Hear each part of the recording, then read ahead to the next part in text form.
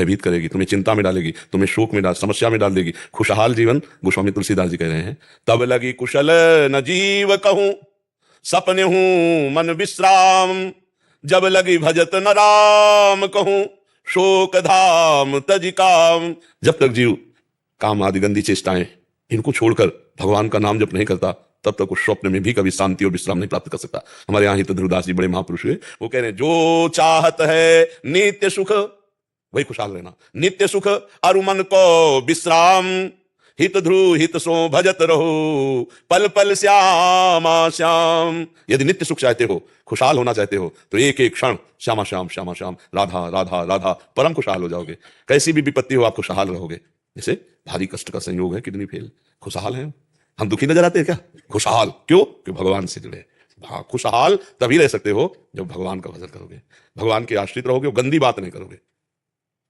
आनंदित होने के लिए जबान का पक्का, मन का पक्का और लंगोट का पक्का।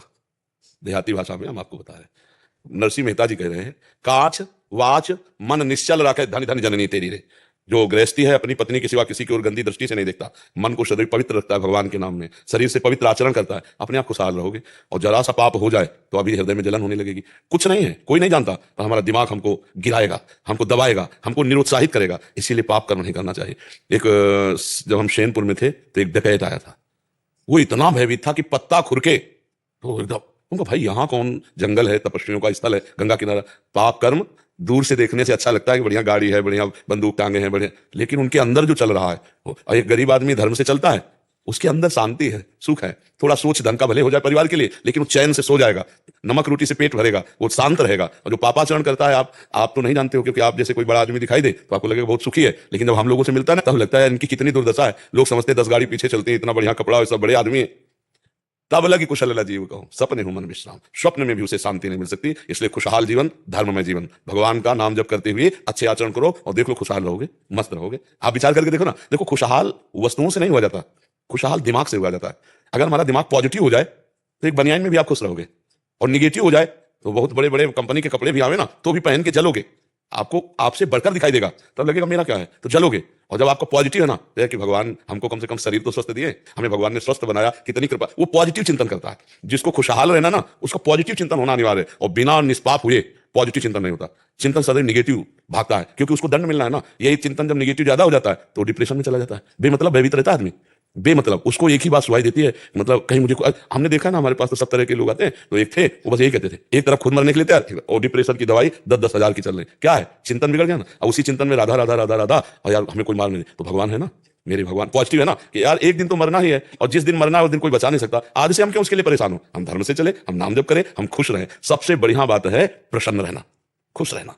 ये पॉजिटिव से होगा। आपका चिंतन सकारात्मक होना चाहिए, और इसके लिए आप में पावर चाहिए, वो है नाम, राधा राधा राधा राधा राधा राधा राधा। बड़ा आनंद रहेगा जब कि देखो, पर आज ही नहीं मिल जाएगा आनंद, समय लगेगा। जैसे जैसे आपकी मलिनता हटेगी वैसे वैसे आप खुश होने लगोगे। स्वाभाविक खुशी है, इतने बड़े भगवान हमारे हैं, कितनी खुशी की बात। अगर कोई अभी मंत्री या कोई ऐसे आपसे हाथ मिला ले और कहते चिंता मत करना, मैं हूं जब कभी जरूरत, और कभी फोन ना उठावे, कभी ना मिले, फिर भी आपकी छाती चौड़ी हो जाएगी। और भगवान कह रहे योगक्षेमम वहाम्यहम्, तुम केवल अनन्य चिंतयन्तो माम, तुम मेरा चिंतन करो, पूरा ठेका मैं लेता हूं। हमें विश्वास नहीं होता, भगवान की बात पर विश्वास नहीं होता। तुमसे सच्ची कह रहे हैं, एक एक क्षण भगवान तुम्हें देख रहे हैं तुम्हें, और एक एक बात तुम्हारी सुन रहे हैं। पर जब तक तुम सही आचरण नहीं करोगे, तब तक तुम नहीं जान पाओगे कि भगवान तुम्हें देख रहे हैं और भगवान तुम्हारी सुन रहे हैं। जैसे एक भी ऐसी बात नहीं जिसका उत्तर ना मिलता हो, एक भी ऐसी बात। जैसे कोई भी बात, किसी भी तरह की लौकिक पारलौकिक समस्या जरा सा, और अंदर रेखा आई तो सामने परिणाम उसका तुरंत लगता है भगवान ने मेरी सुन ली, मेरी बात पहुंच गई भगवान तक। क्यों? क्योंकि भगवान के सिवा हमारा कोई है नहीं।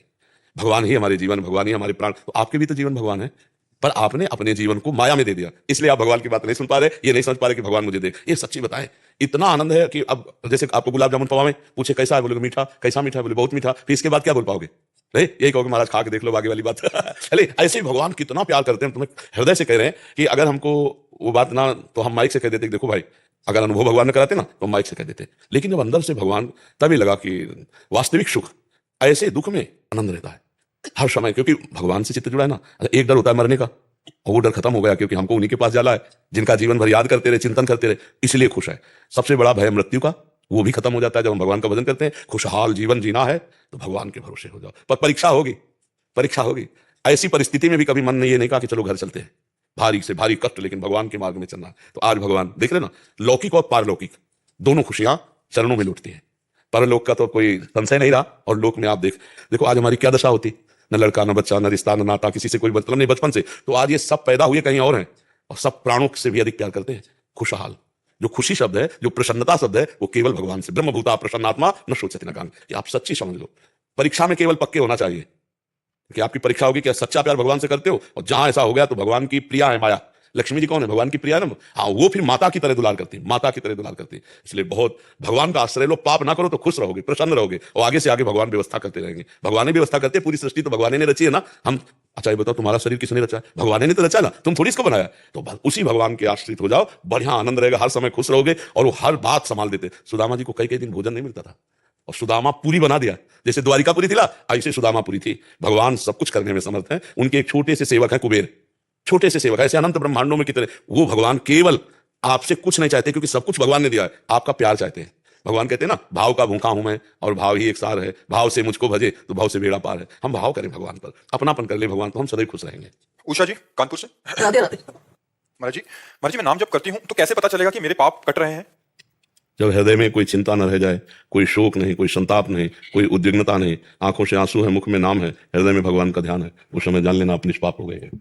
जिस समय हृदय में भगवान का ध्यान हो, आंखें अश्रु से भरी हो, शरीर में रोमांच है, सा तरति सा लोकांतार्यति, वो स्वयं तर जाता है, स्वयं तर जाता है, लोगों को तार देता है। मम भक्ति युक्तो भुवनम पुनातु, जब ऐसी पुलकित अवस्था होती है तो उससे लोक का लोक पावन करने की सामर्थ्य जाए, तब जाना जाए कि निष्पाप। जब सामने भगवान की छवि है, रोमांच हो रहा है, अश्रु प्रवाह, गदगद सुर नैना सजल, दंपति रस रहे भीन, इह गति वृंदा विपिन में फिरे प्रेम तनलीन, तब निष्पाप होता है।